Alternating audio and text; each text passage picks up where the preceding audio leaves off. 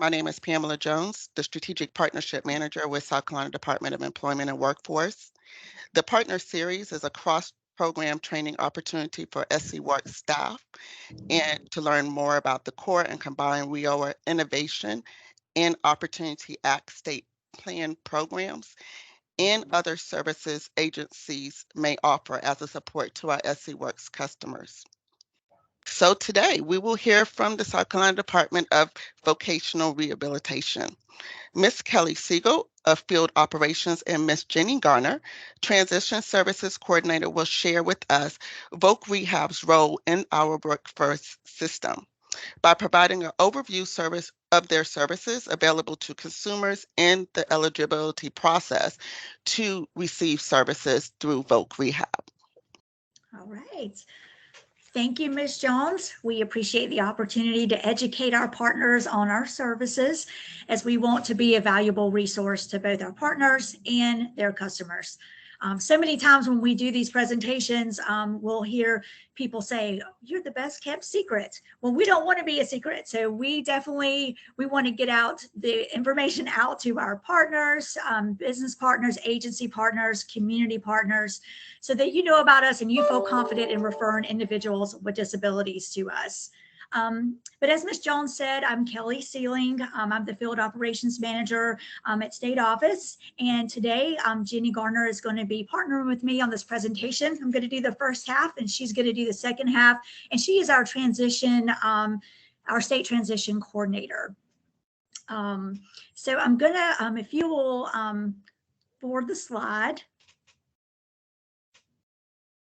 Thank you. I'm going to begin with sharing the mission of our agency, which truly explains what we do. As you can see, we prepare and assist eligible South Carolinians with disabilities to achieve and maintain competitive employment.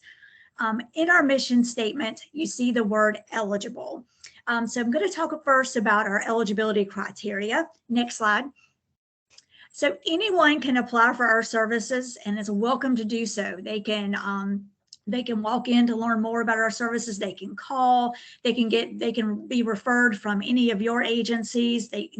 Usually we schedule an appointment for them to come in, because it is usually about an hour appointment for us to meet with them that first time to learn all about them and for them to learn about our services to see if they do want to apply. But once they apply for services, we do have this eligibility criteria that they must be found eligible to participate in services.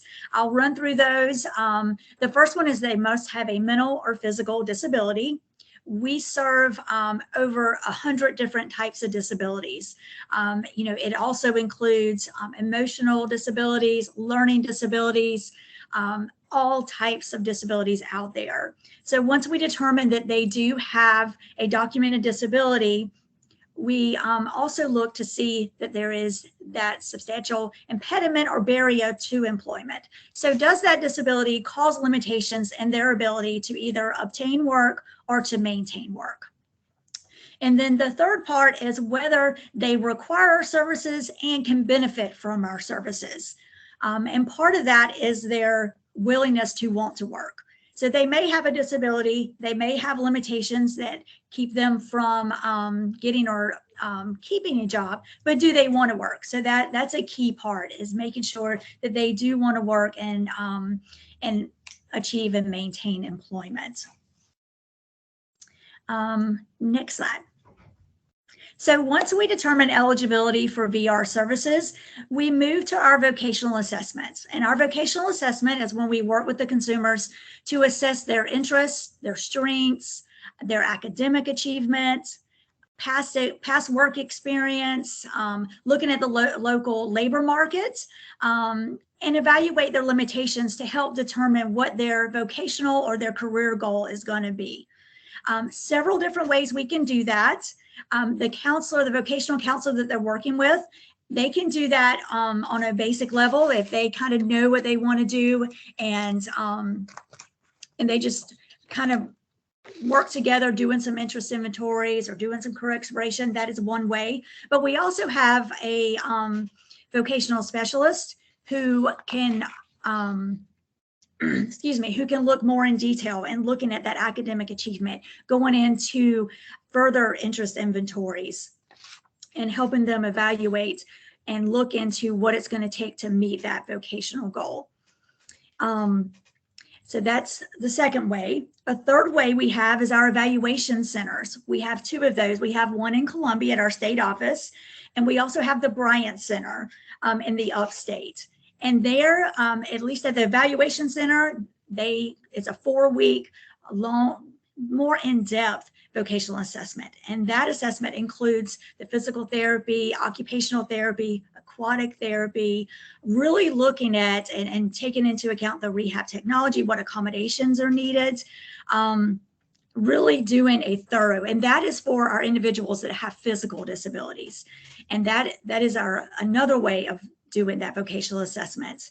And then the final way would be if someone has a drug or alcohol dependence and they're going to utilize our Palmetto Center. We would utilize the Palmetto Center for inpatient treatment and recovery first before we do that assessment. So after that, we would do the vocational assessment. But once we determine that vocational direction, we work with our consumers to create the individualized plan of employment. And that is the plan where we list out, work with that consumer through informed choice to help them see what services they are needed to help meet that vocational goal. Part of that plan often is disability management and vocational counseling and guidance. Very important pieces of getting someone ready for employment. Disability management, I'll give you some examples of that. If you think of someone who's maybe newly diagnosed with diabetes, they're going to have to get their diabetes under control before they're ready to either go back to work or to start looking for a job. So we can help address that. Another way of looking at that is mental health. If you think of someone who is having some difficulties with mental health, we want to help them to get that stabilized as much as possible before moving forward with the next part of their plan. And as I mentioned before, the Palmetto Center, if we have someone who's having difficulties with drug and alcohol, we want to address that disability before, if we've got somebody that's using drugs daily or using alcohol daily, throwing them straight into a job is not going to be the answer. We've got to address that disability first and have them address it and manage that disability. And then one other example would be maybe someone who has is hard of hearing. So maybe helping them manage that disability first. If they need hearing aids, getting that addressed before we look at employment. So we do all that to help them prepare for employment. Training is another part of that. Different ways we can look at training on site. At most of our centers around the state, we have a job readiness training program. That is where at our facilities, we work with different business partners in the area. A lot of it's manufacturing, warehousing, that type of thing, where they send us work for our consumers who have maybe been out of work for a while or who have never worked. Great opportunity for them to build some of those work skills before going out into a real job. So those partners send us over work. Our consumers, they get a training stipend for doing that work. And we have our trainers on site. They're working with them, our staff there, to not only learn the skills of what they're doing in the training center, but those soft skills are so important. So learning to come to work on time. Looking at the quality of work, working with other individuals, building that stamina. If they've been out of work, even if you've been out of work for 2 months, building that stamina of coming back to work is so important. So that training center is used to address each individual's needs. It's not the same for everybody. So everybody that is there for a different reason. And so we're addressing that with them and helping them progress through that. Again, not everybody participates in that service. It's based on what each individual needs. That's one way of looking at training for us. Another would be if somebody's vocational goal, when we did that assessment, shows that they're going to need training to be able to get a job in that. we would look to see what type of training they need. Is it a certification program that they could get through the local tech school? Or would it require a 2-year degree or a 4-year degree? So we would work with them to see what is needed. We would take a look at what, if they need financial assistance with that, and we would hopefully be able to help with some of that based on financial need. But all of that, again, is helping them to prepare for employment. Another thing is our on-the-job trainings or our job tryouts, where we work with employers to help set up that training on the job. So that's where our counselors, our business development specialists go out and meet with business partners if they have training opportunities or positions where we can help get that person trained, or they do on-the-job training. We make those connections and sometimes can even help pay for that training process. Next slide, please.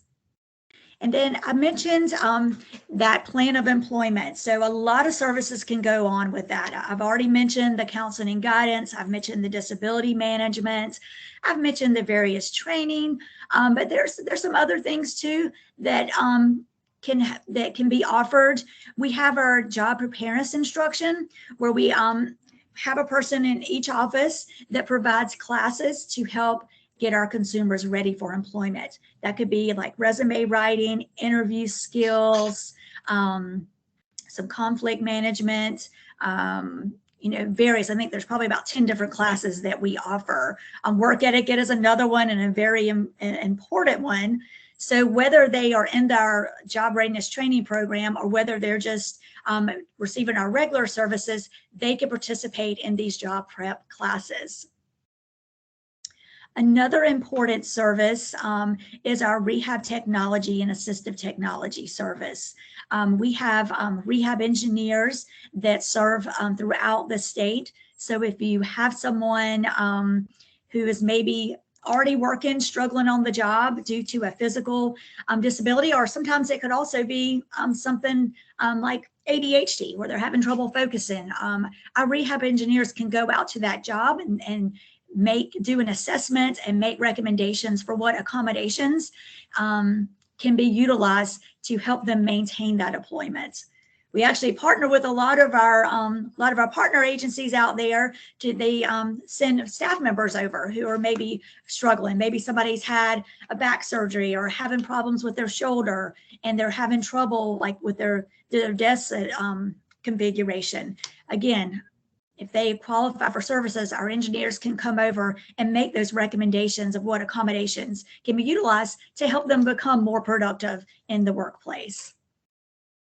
And part of that's called our job retention service, which is another service wanted to highlight. So you normally think of vocational rehabilitation to help people find employment, but we also help people maintain employment. So if someone, I mentioned hearing impairment earlier, if someone's having trouble hearing on the job, especially let's say they're in a customer service role, having trouble communicating, and they realize they need hearing aids, we would be a great resource for that, because not only if they meet financial need, could we possibly help with that hearing aid, we could help make accommodations on the job as well, and provide that counseling and guidance as they adjust to that new disability. So another example of how that could work. And then I talked about our Palmetto Center, a substance abuse recovery center that is in Florence. That's another service that we can offer when folks are in plan service. That's 28-day recovery center. Great program that they have to be a VR consumer for, but it is free for any VR consumer. So that is a great resource for individuals who are going through that.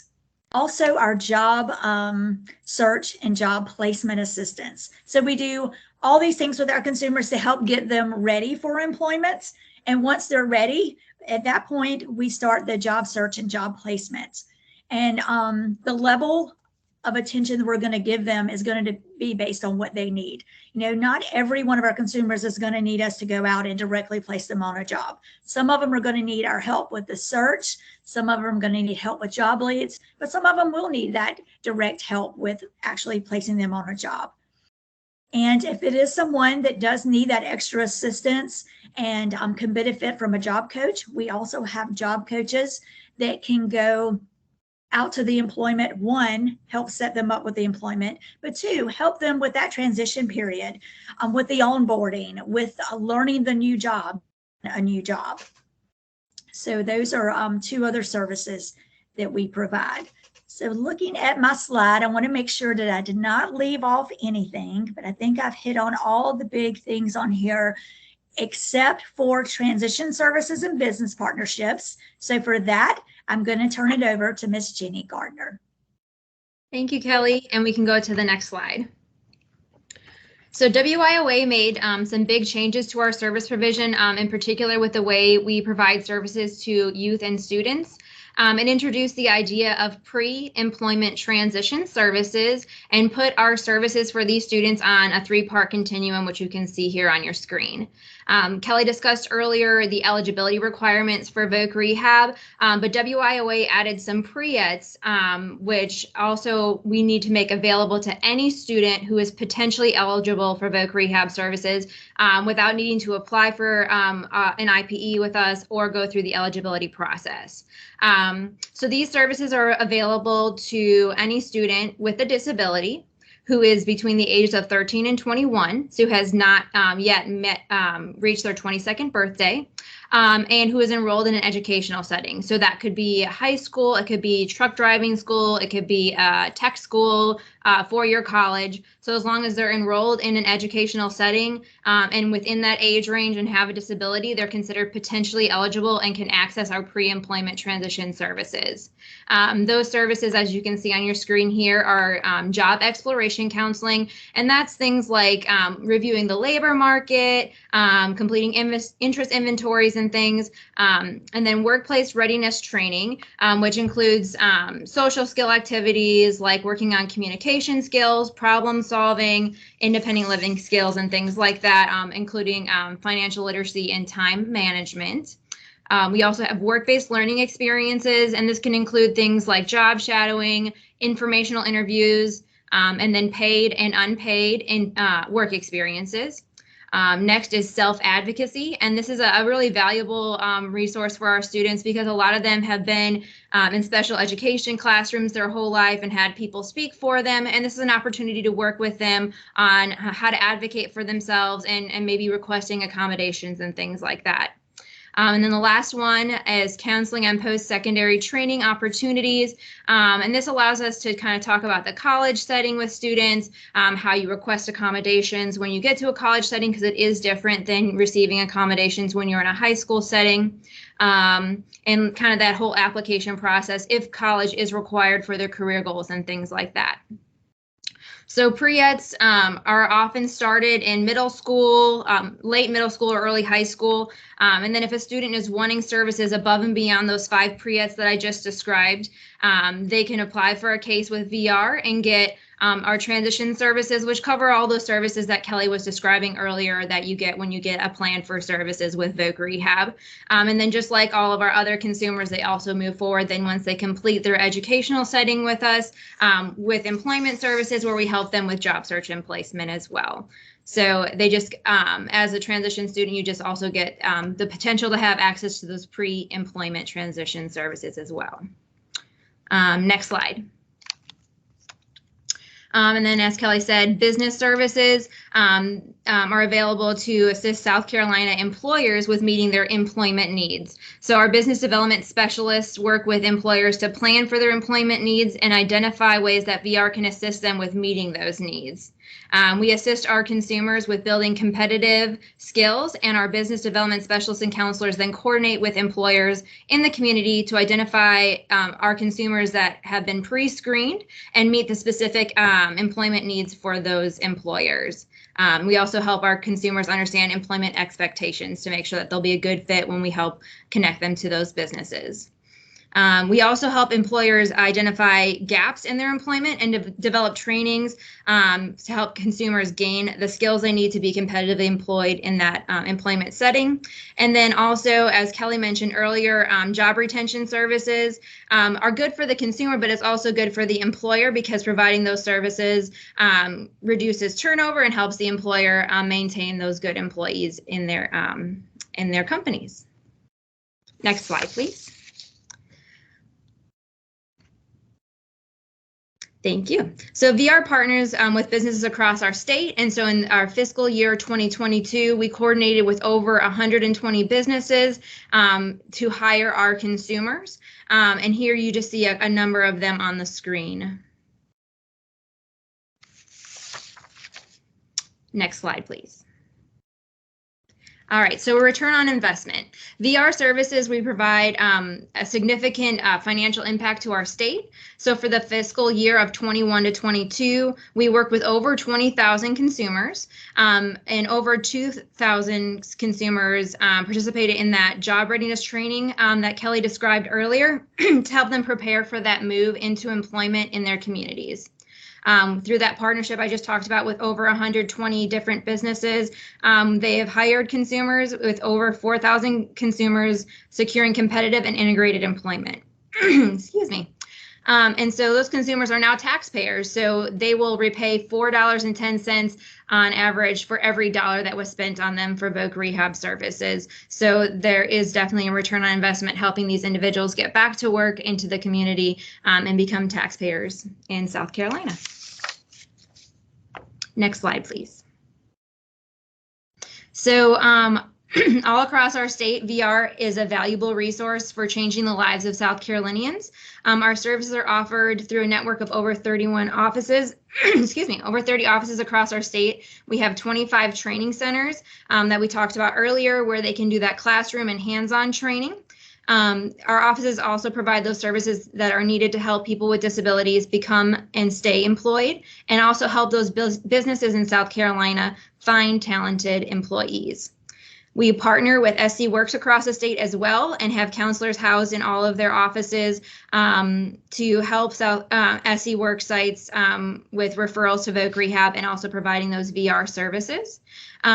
We also have a toll-free phone access, and the number is 800-832-7526, and we also have services for deaf and hard of hearing services as well for them to be able to access. Next slide, please. So we wanted to thank you so much for allowing us to speak with you here today. For more information on our services, you can visit our website, which is www.scvrd.net. And on that website, you can find contact information for all of our local offices, as well as a general info email address. And that is all we have prepared for this afternoon. And thank you, or this morning. And thank you guys for being here. And were there any questions? Thank you so much, everybody. If anybody has any questions, please go ahead and unmute yourself and ask them. We do have a couple of questions in the chat, but I will want to give everybody a chance to unmute if they do have any questions right away. Yes. Hi, I'm Evelyn Santana with I work as a workforce specialist in the Spartanburg office, and I'm just still learning. This is a lot to take, a lot to learn, and I just don't know how do I refer a client for vocational rehab. So I understand that I can refer a client not only because of disabilities and stuff like that, but also if a person has been out of the workforce for such a long time. Specifically, I have a client who has been out for over 20 years due to health issues and disability. Now he wants to find a job because he feels confident and comfortable working again. And I understand that, okay, what I told him is employers, the way employers see these things is if you had a skill and you haven't used it, and in 2 years or a year, you don't have it. You don't have it anymore. So we don't. I mean, even more with 20 years out of the workforce. So I was trying to assist this client, and well, I like to do whatever I can for them. I just don't know. I know how to refer someone to the WIOA, but I don't know. I think that yours, I've been reading today because I'm also taking another training today. So I've been reading a lot about you guys, but I don't know who's the person, what is the name, what is the email address, the telephone number I have to, Mhm. to place in my referral. So that's my question today. Thank you so much. Jenny or Kelly? Kelly, you're on mute. Uh, There you go. I couldn't Thank unmute. you. I don't know. Oh, there you go, Kelly. Well, I am glad that you do have someone to refer. That is great. We try to make it as easy as possible. So it can be as simple as you calling the local area office and scheduling an appointment for him with the appropriate counselor. And they'll, when you tell them about your customer, they will set an appointment up. Or there should be, each SC Works should have a VR person assigned. Usually they come a half a day or a full day. So you could also get the referral to that person as well, if you know who that is, or somebody in your SC Works office should know who that person is. But for some reason, if you don't, it's as easy as calling that local office and just schedule an appointment, or you can give him the office number and he can call and schedule that appointment. It really is as simple as that. And in the future, if any of you need like specific offices, we have a on the website list every area office, the address, the contact person, the phone number, all of that. Well, what we can also do at Okay. the end is to ensure after the training is that we make sure we get the information directly to Evelyn for her specific case and find out who that contact person is so she's not going through the system and rolling from one person to the next, that we can get her directly to a person itself. When I send out the recording and the presentation, I will also include that link directly to the listing where you can find out your local centers and your contact people. That would Okay. be wonderful. Thank you so much. I appreciate it. You are more than welcome. That's what these calls are for. That's what this training is for, so we can understand each other. Thank you so much, Evelyn. Thank you, Kelly, for making that connection. Next question that we have in the chat was, what interests, inventories, and assessments are utilized? Are they ones used by any other agencies? And this is coming from Mr. Charles Appleby. If he's on the line and want to clarify that question, if you need it clarified in any way.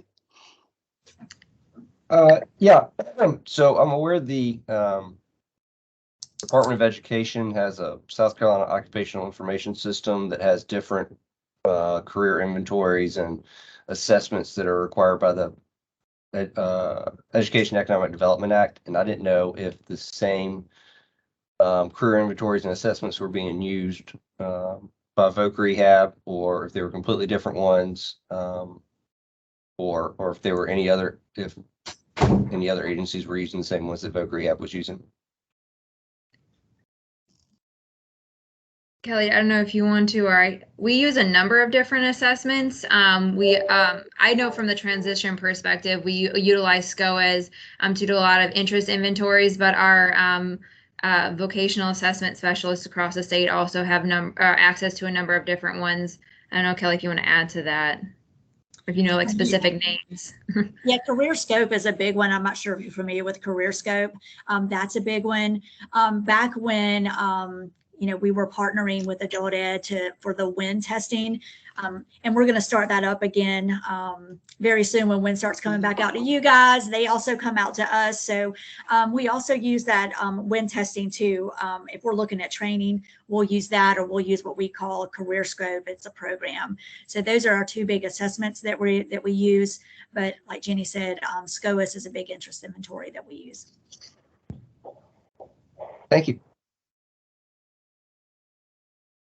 Okay, does anybody else have any questions? This is a lot of information. It's wonderful. I've learned quite a bit, and I've been working in this capacity for almost 6-7 months now. And every time I get on one of these trainings, I learn a massive amount of information from the different agencies. It gets to be a little bit more personal.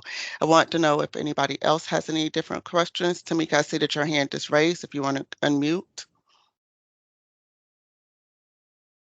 Tamika Brunfield? Yes, can you hear me? Yes, we can hear Okay, you. good. Good morning, team. How's everyone doing? Well, fine. Good, Everybody don't good. answer. Don't answer. Why? I don't know why. That was gonna be a lot of people saying fine. So let's see. I can't remember if it was which one of you mentioned it, but I think it was Miss Kelly. But when you were saying that the clients have it's at the evaluation center, and it was you said a number of weeks, like 4 weeks that the evaluation. Did I hear that right? Okay, so my question is, um, there are two centers. So do the clients get assistance with getting there, or do they have to just manage on their own, like get family members or friends, or is there like a transportation through Medicaid or something like that that can help them get there for those weeks? Right, we do, they come, like the evaluation center in Columbia, since that one is statewide, our consumers come up on Sunday and they go back home on Friday. So they're there during the week. They can, if they're from out of town, they can spend the night. So for that one, getting transportation, and then of course the Bryant Center, they're all local, so they would go back and forth each day. But yes, we can help with transportation as far as looking at comparable benefits. So if they do have a way, like you said, like a Medicaid van or something, we help set them up with comparable benefits. But if they don't have a way, then we could look at providing like a transportation check, or providing, I know people from Charleston, the area that I'm in right now, will do the Greyhound bus tickets to help them get there. Or if we know someone's going to have to drive them, we kind of look at what the mileage is and we can pay gas money to help them get back and forth that way. Thank you. You're welcome. When you speak about those particular programs, as far as the transportation is concerned, by the time they get to this point, they've already done the first part of the assessments that we spoke about, making sure that they qualify for services under Voc Rehab by the time they get to this. Okay. That is correct. Any other questions? I did have a quick question, specifically when you speak about the training when it comes to schools and students 12 to 21 that are still in some type of educational settings. I recently participated in a call or listened to the higher education and Able SC, and I listen to those, and they mentioned about the career pathways when it came to students that are already under their IEP to move towards that particular training. I'm not wording it right, I apologize. But is this something you work in connection with Department of Education with disabilities altogether? I want to clarify, it's 13 to 21, not 12. Okay, sorry. So just because that is sometimes that age can, that people sometimes try to meet at 12. So it's 13 to 21. And we do partner. We have an MOA with the Department of Ed, and we also have MOAs with each of the LEAs across the state to partner. We have transition counselors who go into each of the schools across the state to provide services to the students. And we have relationships with teachers and staff in those schools to ensure that we're meeting the needs of the students and also collaborating with them so that we're not providing the same service that somebody else is. You don't need 16 resumes at the end of the day once you've worked with several different agencies in the school district to make sure that we're like focusing our services to meet the needs of those students across the state. So I'm not sure if that's what you were asking. Yes. I was interested in the connection back to the schools and the different options that they do have for those on IEPs and moving in to the next transition of their lives and things of that nature. So I was curious on how that connection came together when it came to the different departments, which again, as I keep repeating, this is the purpose of these We Are a Partner series, is for us to all come together, learning about the different services that each one of us offer to the South Carolina workforce. Yeah, I'd like to add to that too. We do serve individuals with IEPs, but if they have a 504 plan or they have a disability that did not require one of those two plans, but could potentially be a barrier for employment, they still could qualify for those pre-ET services. I want to thank everybody for taking time out of their Friday morning to do this training with us. We will have one more training in this particular We Are a Partner series next quarter. I will send that notice out, letting you know who the actual provider will be. I'm going to leave that as a little surprise. I do want to take this time also to say thank you, Jenny and Kelly. I appreciated all of your work for putting this presentation together, working with me with getting everything set up and going through the pre-meeting planning itself. And we got some hand claps going on. Thank you. And as always, I thank you as audience members for taking the time to attend this particular presentation. I will be stopping the recording now. One last call for questions. Yep. I thank you so much for attending, and you have a wonderful rest of your weekend. Thank you.